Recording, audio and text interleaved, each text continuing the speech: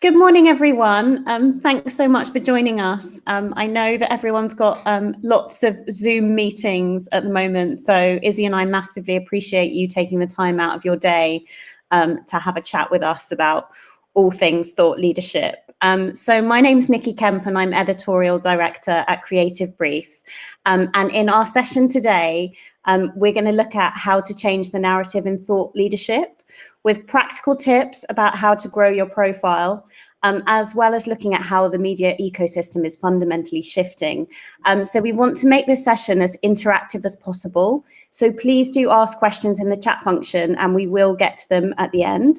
And I'm lucky enough to be joined today by my brilliant colleague, Izzy Ashton, who is Deputy Editor of Byte, who is co-hosting this session. Wow. And we're going to divide and conquer. So I'm going to kick off about talking about where we are when it comes to thought leadership today.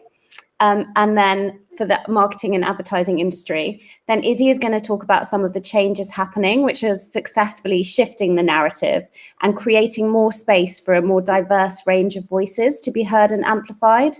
And then we're going to talk a bit about how you can help change this change faster with practical advice about growing your personal brand. I realize that bit of an icky term for some of us, personal brand, but I think in a world where at the moment we seem to exist primarily on LinkedIn, that's really important. So just to introduce ourselves, here we are. This was when we had unfettered access to hairdressers, so a long time ago. But I'm just going to pass over to Izzy, who's going to introduce herself. Hi everyone, yeah, I'm Izzy. As Nikki said, I work alongside her as the Deputy Editor of Byte, where our aim is really to sort of champion the best-in-class work and the voices across the industry that you might not ordinarily hear from, which is something that we'll be talking about later on. I've worked at Creativebrief for the last 3 years, and in that time, I've also contributed to Shots, It's Nice That, Drapers, and more recently, and rather terrifyingly, BBC Radio 5 Live. Where you were brilliant, by the way. So, as I said, I'm Editorial Director of Creativebrief, and if you don't know us, we are a marketing platform for ambitious brands and agencies, providing the intelligence and connections to create the most powerful work. And together, Izzy and I run Byte, which is the trends and editorial platform as part of the Creativebrief platform. And I've spent most of my career writing about trends, marketing, and advertising.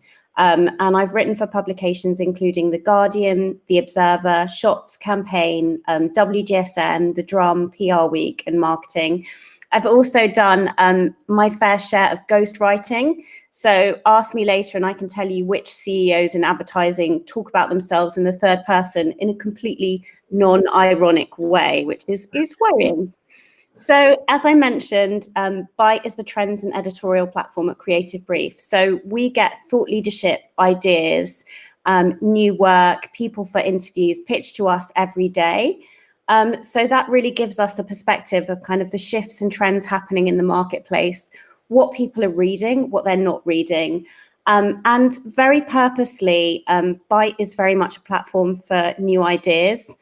And we'll get to this later, but we, from an editorial perspective, both Izzy and I are really passionate about not starting with the premise, is he a name? So why does good thought leadership count?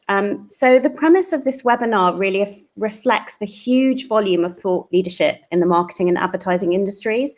And certainly, I previously worked as a financial journalist, and that sort of cult of the personality, the creative rock star, that really wasn't such a big thing in finance. You can sort of enter your own assumptions as to why that was. Maybe there were less personalities, but definitely I think the creative industries, we have had a lot of focus on individuals, a human-led ideas business. And we're not saying that that's necessarily a bad thing. But I think, to be honest, we've had a lot of thought leadership from a relatively small pool of people. And I think in the past, that approach has contributed to an ecosystem in which words and actions aren't always aligned and have been slightly disconnected. So we think the future of thought leadership is based on a much broader range of ideas. So we haven't reached peak thought leadership, but perhaps we need to ensure that deeds and words are aligned and that the people that are creating that thought leadership and putting their ideas out into the world are more diverse. So one thing I really wanted to note, really sort of high up in this discussion, and something that I think is really important to think about in your thought leadership strategy, and you might think this is sort of a strange point coming from someone who spent the majority of their career in magazines, but I think the diffusion of influence is the biggest trend that's happening right now. And when you look at sort of where and how ideas are shared, that's changed so much. I mean, traditional media brands, they are in decline, but there are more platforms for thought leadership than ever before. And I think this shift and diffusion of influence is really important to think about in the midst of lockdown, where the lack of face-to-face networking opportunities and long lunches and all those other lovely things has meant that, primarily we're existing on social media platforms. So I was looking at the latest data on UK internet usage from Ofcom, and that's increased massively. And it actually said the average person is now online for 4 hours a day. And I was like, that doesn't sound very long to us. I mean, we're definitely online and on Zoom a lot more than that. But specifically, drilling down into LinkedIn, from January to March 2020, there was a 2,196% increase in articles posted on LinkedIn, a 2,781% increase in engagement, and 33% of posts were related to coronavirus. But one thing I think is also really interesting to note in that LinkedIn data is when you look at the #1 trending topic for advertising, marketing, creative industry professionals, it's actually not the work. It's not like a big, well-known columnist writing about his ideas. It's actually remote working. So actually, it's supportive content. It's human content. It's looking forward, but also really kind of bearing in mind what it is keeping people awake on a day-to-day basis. So it's really being more mindful of tone and doing more active listening as to what it is that people really care about right now. And so one thing I think it's really important to note right now, and I think this might be different because Izzy and I are journalists, so this is a really specific thing that I think it's really important, whether you're within an agency or you're an individual. Good thought leadership is not content marketing. If you have a pure sales message, in all honesty, I think you should pay to play in that space. And then the other thing that I think is really, really important to think about is this idea. You've probably all seen these guys. We've all had a lot of emails in our inboxes with these guys' faces on, and nothing against these guys. But for years in journalism, the biggest question that I would be asked when I was pitching things in is he a name? Is he a name? And I think in some ways we're all complicit in that structure, whether it's us as editors or whether it's PR departments focusing on, the leadership team, which is often white and very male. And I think actually we need to think a bit more broadly, because sharing brilliant ideas and experiences can really have a halo effect on the company you work for. And I think relying on building this very small pool of people isn't a sustainable strategy.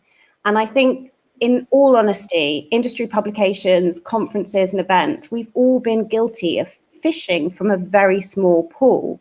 And do you know what's really interesting is you would think that there would be like a real clear strategy behind that.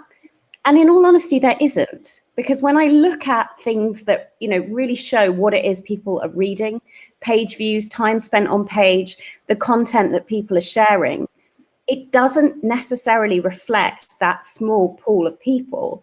And I think actually what we're really seeing is that really sharing lived experiences, really sort of vulnerable insights is actually more powerful than a name. So I think really the question, particularly for agencies, is really to ensure that they have that wider breadth of speakers and writers, and that those speakers and writers are being empowered to speak up, and also to speak up on things that they know about, things that they're creating change about. We don't want just words. It has to be deeds and words. And I think that's really important. And arguably, to not do that and to not incorporate that in your marketing strategies and your personal brand building is actually detrimental. And we've seen sort of over recent months, a growing number of white male CEOs being held to account for appearing on really not diverse panels or appearing in non-diverse publications.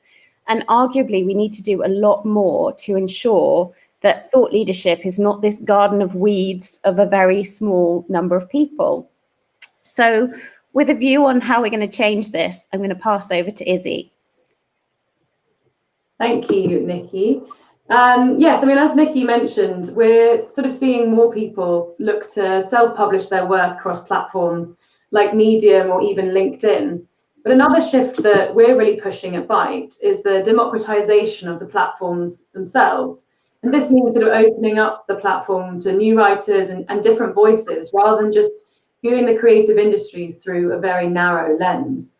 It means listening to a voice that may be speaking more quietly, one that might be used to being interrupted or even marginalized. And I think, as sort of Amy Keane wrote in a recent Searingly Honest column for Shots, the voice of mine I like most is the genderless, ageless, classless one that's written down, because this is the voice that's listened to. And while she did admit that writing that line actually made her feel a little sad, it is one that points out that when it comes to writing, it's not about who you are, but rather what you have to say. Writing something down gives people the space to think about what you said, rather than sort of immediately perhaps shifting to disagreeing, interrupting, or even ignoring. So one such way to do that is with a belief that both Nikki and I work by at Byte, that it's not about the name, but rather about what you have to say. This is what matters most, that anyone who can should be given the space to write. Gone are the days, as Nikki said, of a byline needing to be by a name to make an impact. Because if you just hear from the same people on every industry site, you end up hearing the same messages sort of reverberating around an echo chamber.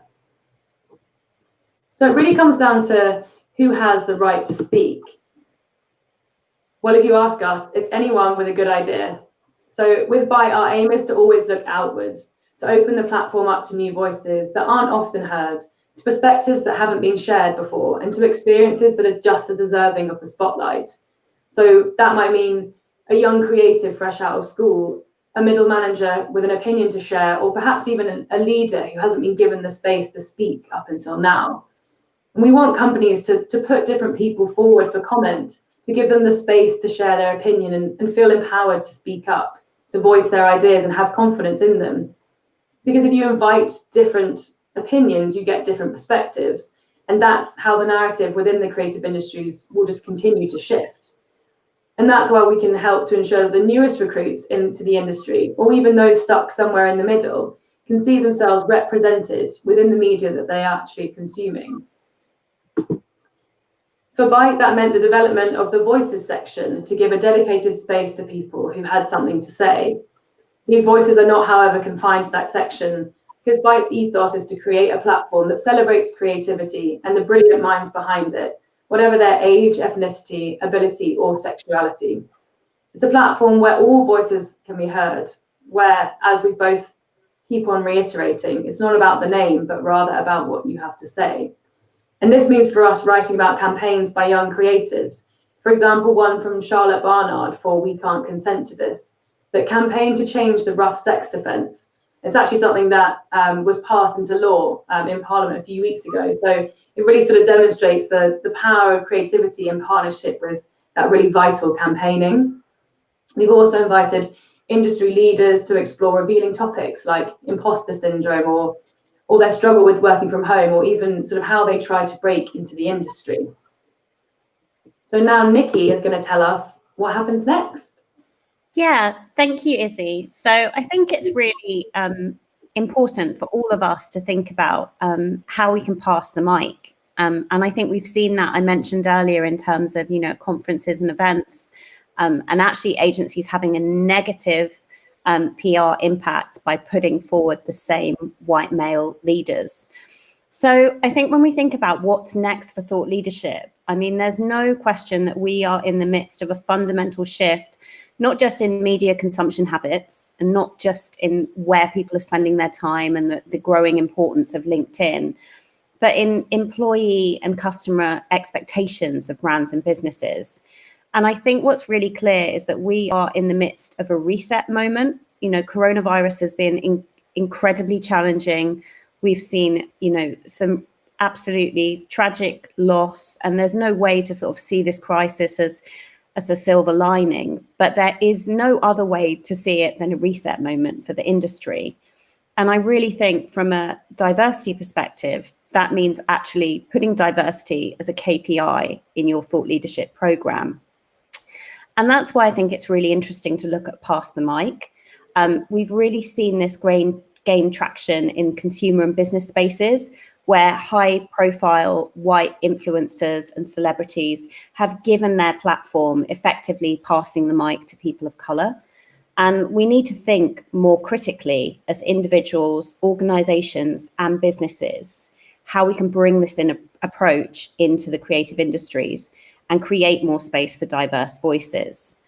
And I'm not saying that's necessarily a simple thing. And I know that a lot of companies you know, are under a lot of pressure from those CEOs to grow their profiles. But I'm saying that it's something that we need to be aware of and lobbying for and having a real honest conversation about. Because ultimately, when we look at our industry, it's authentic stories and telling authentic stories that's really making the most impact. You know, ideas are our currency wherever we are in the industry, whether we're writing about the industry like Izzy and I, or whether we're putting on events or we're creating our own profiles or agency profiles. It's all about those authentic stories. And that's why I just wanted to just sort of touch on Womb Stories, which is just an incredible piece of work from AMV. I mean, if you haven't seen it, you know, sit down, watch it. I mean, I watched it about 5 times in a row. I mean, it's an incredible piece of storytelling. And I just think it's the perfect example of what happens when you tell the truth and you tell a more diverse range of stories. It's incredibly creatively powerful. And I really feel by sort of looking at those examples, highlighting and showcasing those examples, we can really move from an ecosystem where the fundamental question being asked is he a name? And instead, the question that we're asking is it a good idea? Will people even care about it? And I think that's really where we want to go. And I've seen we've got some really interesting questions that have popped up. So I'm going to go to those straight away because I think some of them are so in line with what we were thinking. So we've got a question here, which I think is actually the question that Izzy and I were discussing when we were putting this together. So basically saying, love all these thoughts, but in a more traditional company that only really has thought leadership from their chief creative officer or CEO or strategy lead, how would you try and convince them that it's okay for a junior creative to speak for the agency? So I know Izzy's got a lot of thoughts about this. She's been really instrumental in bringing more junior creatives to our platform. And also I think it's really worth noting, just from a sort of media perspective, the thoughts of you might automatically think that if it's a CEO, like if it's a name writing about something, that automatically equates to a greater reach, to greater page views, and it doesn't. And same with conference programmers, they always say we need the names to sell the tickets. But you know, I think we really need to be a bit more critical about that. So Izzy, what's your view on that? Because you've really championed young creatives and written a lot around how we need to leadership from the middle as well. Yeah, I feel like it comes down a lot to sort of finding your cheerleaders within the business. I think it can feel, if you're near the bottom or the middle, that you're kind of treading water and you're sort of fighting your way to the top and you can't get your voice heard. But I think it's finding the people around you who are going to help you push your message forward, and actually remember that it's about the story that you're telling and the piece that you're writing, not necessarily about who you are. And I think if you pitch to the right platforms and you find supportive sort of editorial teams, then you can definitely kind of get your message out there. I think that's also from an internal perspective as a kind of PR leader within an agency. I think what's really important to note, and some agencies perhaps are beginning to see the sharp edge of, if your thought leadership strategy is based on a pool of white male leaders, there may well be a detrimental effect to your brand. Like, you know, and I think what we're seeing now is that's really playing out very publicly on LinkedIn. So I think in terms of selling that in, because, you know, I've had times, you know, when I worked for a previous magazine where I was trying to get a very senior female leader at a big agency network to write a piece for me. And she was like, actually, I'm really sorry, I can't do this right now because we need to have white space around our leader. And it's like, wow, I mean, are his ideas that isn't that amazing? So I think it is questioning that in a clear way, but also recognizing that without having a diverse thought leadership strategy, you really are putting the agency brand at risk. Yeah. The reach of those, you know, and it often, when you look at who's calling those things out, you know, they're your clients or your potential clients. And also, there is a lot of movement in our industry. People move around. You can't invest the entire sort of strategy for thought leadership into a very small pool of people. Yeah, I agree. But thank you for that question. Yeah, I've just spotted one that's actually, it's another conversation that we've been having. So it says, with publishing on social platforms like LinkedIn, you open yourself up to a lot more comments and feedback. This can feel more daunting. What would your advice be with that? Okay, yeah. So this is the,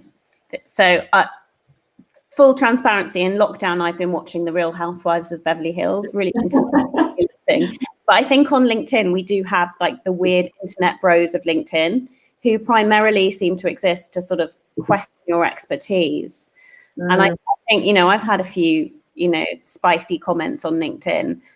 And I'm not going to say, I think people should be more resilient, because I actually think the platforms should be more inclusive. I mean, that's the brutal truth. But I do think that what is the option? The option is not sharing your thoughts on LinkedIn and not getting that profile and that traction. You know, I often spend a lot of time looking for people, whether I'm looking for speakers or looking for people to contribute to articles on LinkedIn. And, you know, it's incredible how the disconnect sometimes. And there is obviously like a gender issue there as well that comes into play. But I think, you know, not being on LinkedIn is not an option from a personal branding perspective. I do think these things are going to change. And definitely something that I've noticed a lot more is other people coming in. So, you know, if you're sharing some thoughts and someone is being aggressive to you, it might be somebody that you've never met before that's just come on and said, I don't think that's relevant to that discussion, which is a really good thing and something that we can all do. You know, we all see those things sometimes and it's like, actually, no, this is really important. And I know, you know, LinkedIn does make us feel uncomfortable. I remember doing an interview last year and this very accomplished female strategy director was talking about how women are bad at describing their skills on LinkedIn. Like, so men are very good at doing that. And she was sort of saying, you know, women describe themselves as enthusiastic, as hardworking, you know, like a Labrador. And I realized she was actually reading from my LinkedIn profile. So I think sometimes you just have to be really, really sort of brutal with yourself and go, right, this is the space. It's not perfect. I'm not saying it is, but I just really think only by existing in those spaces, we can change them. Yeah. And I think for me, a lot of kind of operating online is about protecting your space. You know, I think it's about, if you do publish something on LinkedIn, recognize whether you feel confident enough in the idea that you put forward to have a discussion in the comments or to engage with people who are perhaps trying to undermine you or maybe offering a not particularly helpful perspective. I think you don't have to reply to everyone. And I think for me, that's been it's an ongoing lesson, but I do think, if you are going to publish stuff on LinkedIn and Twitter and Medium, things like that, just back yourself and remember that there will always be people who disagree with you, but that's also okay. And that doesn't mean you have to engage with them every time. Such a good point. And we've had a really interesting question come in. So how do you find authentic stories like Superior's piece on imposter syndrome? That was brilliant, by the way, really good. Do you find the writer first and ask them what they want to share, or is it more prescriptive? So that she literally pitched that into us, and I think it was one of those moments where Izzy and I both read that piece and it just resonated so much. Yeah. And when we shared it, we had loads of people say it resonated as well. And I think that is the thing. I think sometimes the biggest thing is actually, a lot of the time we will commission writers to look at specific things or specific trends or specific areas, specific pieces of research. But I think everyone has ideas within them as well that are universal. And I think the number one thing to do is tell somebody else about your idea and then hold them accountable.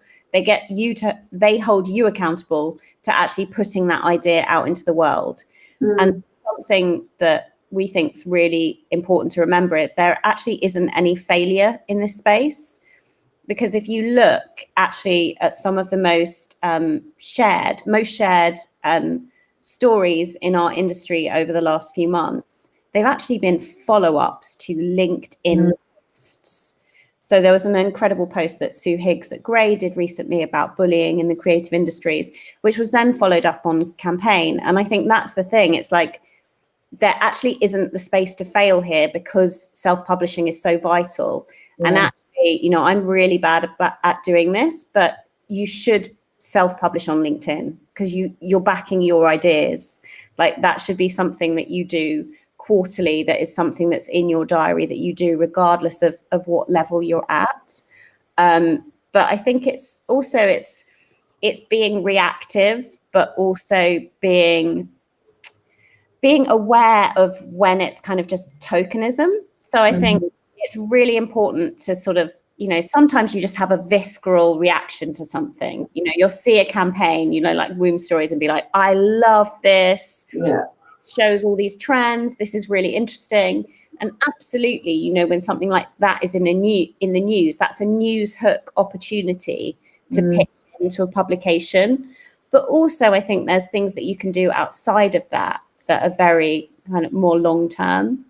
Yeah, and I think there's that sort of lovely snowball effect of when people start sharing, it invites other people to share in turn. So there is the more authentic stories being told, the more authentic stories will be being told, for want of a kind of better expression. But I think you have to have confidence that probably if you're feeling a certain way about something, there's someone else who feels the same way, and your post or your article will really resonate with them and might inspire them in turn to pitch an idea.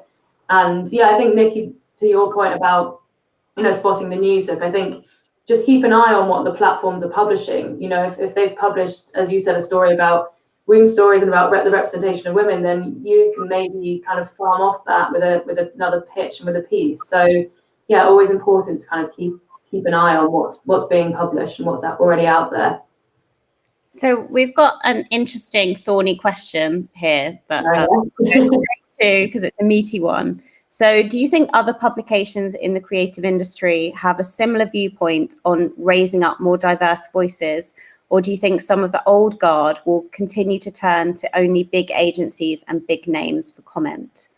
So I think this is so interesting. Such an interesting question. Because I do think there is something about what's happened to the media ecosystem where, that even sort of 3 or 4 years ago, there was a point where the number of PRs in our industry really sort of outnumbered the number of journalists. And just personally, I mean, more of my journalistic colleagues that I've covered the industry for a long time and now agency side or their PR people, and they've kind of translated into those careers. And I think when you look at the size of the teams on the publications, they're very small now. And I think that can lead to relying on the same old names because you know they're going to deliver. And the one thing that I will say that I've found throughout my career, which I find really frustrating, is it's very rare for a man to say no. Like, so when it's like, can you speak on this conference? Could you write 150 words on this topic? You know, but a lot of the time I would get women that would go, I don't know enough about that, or I haven't got time to do that, because they prioritize doing the job that they have to do ahead of raising their profile. So I think we all need to be like quite brutal with ourselves. And it's definitely something that I'm quite pushy about from a bike perspective, about making that time, carving that time out. Yeah. But to your question, I do think what's interesting is actually these publications increasingly don't have a choice, because we'll see more calling out or actually calling for accountability. So we have seen a lot of agency CEOs arguably cause damage to their reputations by appearing on a very non-diverse conference lineup. We've seen it really a lot in the event sector, and I expect that we're going to see it more as well when it comes to publications. And that will force the change. And also I do feel that there is change happening, and I feel people do want to make that change. They just need to make it a KPI just as do everything else. Yeah, I agree. Should we go on to the tips, or should we do one more question? What do you reckon? Should we do one more question? One more question, yeah. Which one? I think this one is really interesting to me.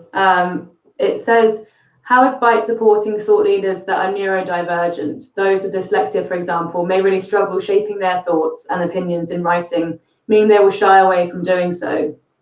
I think that's just a really interesting one, because I think, you know, as an editorial team, we operate like very open inboxes. We're very happy for an idea to come to us, not fully formed at all, and it can be simply a line that says, I had this thought and I really want to write about it, but I don't know how to form a thread or form an article off the back of that. And we will always support someone who wants to write something and who we think has something interesting to say. Yeah. You know? And I think that's an important part of being an editor. You know, it's not just getting fully formed pieces and being like, oh, yippee, that's my work done. It's actually supporting people who want to write in that process.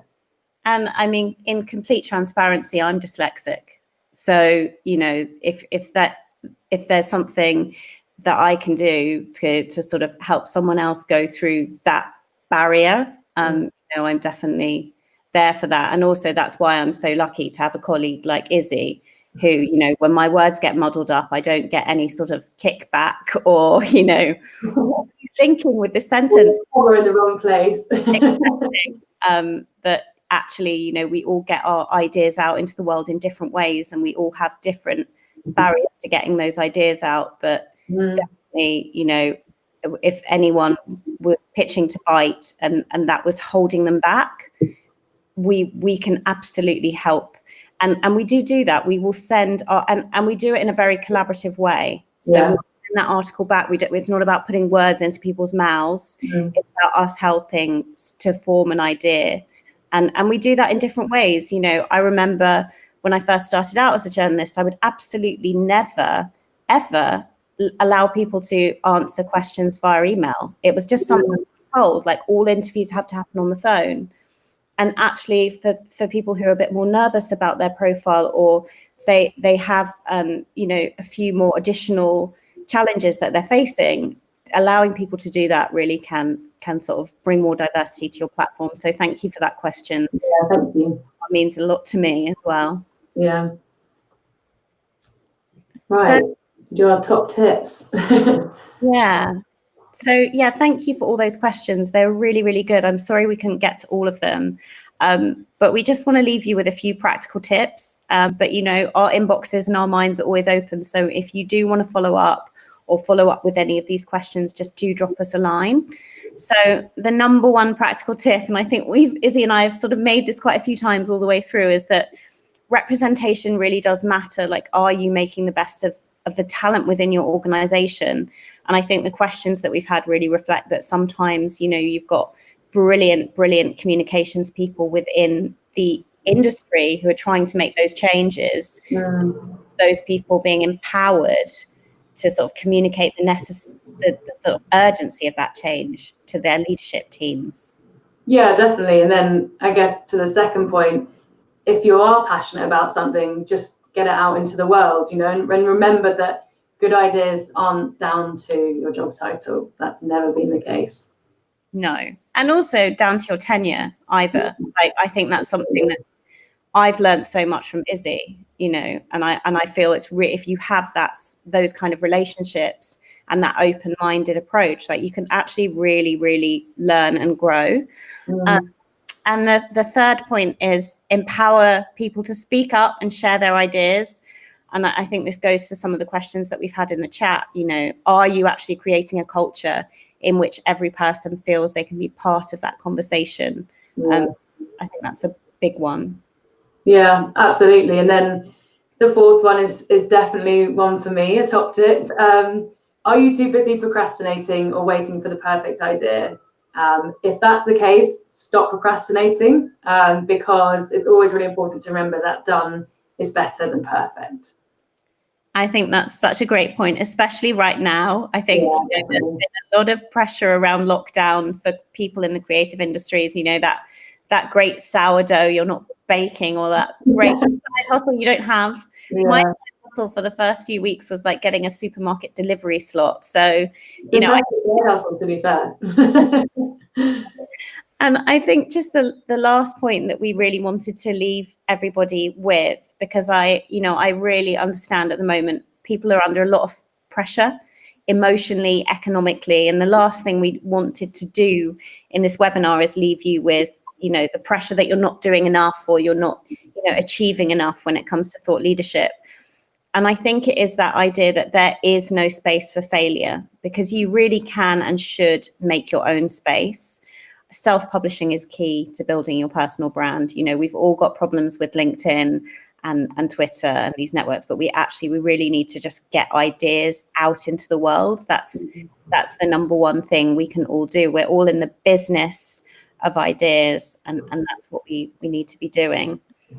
So yeah, and that's the sort of end of our chat. So thank you so much for joining us and taking the time out of your day. I'm really sorry we couldn't get to all the questions, but do email us and follow up, and we will respond to the rest of them. Thanks, everyone. Thank you. Have a great day. Bye.